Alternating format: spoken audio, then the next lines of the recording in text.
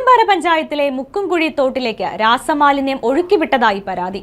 നാട്ടുകാർ കുളിക്കാനും തുണി അലക്കാനും ഉപയോഗിക്കുന്ന തോട്ടിലേക്കാണ് രാത്രിയുടെ മറവിൽ രാസമാലിന്യം ഒഴുക്കിവിട്ടത്.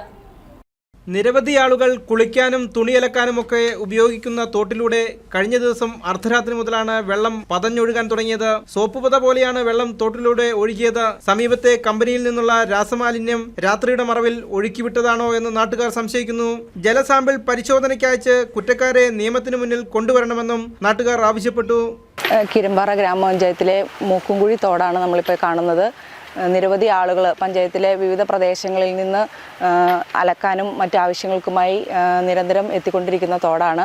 ഇന്നലെ അർദ്ധരാത്രി മുതൽ ഈ വെള്ളത്തിൽ എന്തോ കെമിക്കൽ കലർന്ന മാതിരി വെള്ളം പാൽ നിറമായി ഒഴുകുകയും അത് പതഞ്ഞ് പോകുന്നതായി കാണപ്പെടുകയുണ്ടായി. ഇതിൻ്റെ പ്രശ്നം എന്താണെന്ന് ഇതുവരെ അറിയില്ല. അടുത്തുള്ള ബലൂൺ കമ്പനിയിൽ നിന്ന് മാലിന്യം ഒഴുക്കി വിടുന്നതാണെന്നാണ് നാട്ടുകാരുടെ അഭിപ്രായം.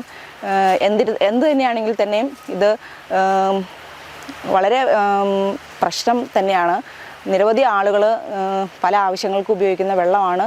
ഇപ്പോൾ കുടിവെള്ള ക്ഷാമവും അതുപോലെ മറ്റ് ജലത്തിന് വളരെ വലിയ ക്ഷാമം നേരിടുന്ന ഈ അവസരത്തിൽ ഇതുപോലുള്ള പ്രശ്നങ്ങൾ കണ്ടെത്തുകയും അതിന് പരിഹാരം കണ്ടെത്തേണ്ടതും വളരെ അത്യാവശ്യം തന്നെയാണ്. News desk KCB news.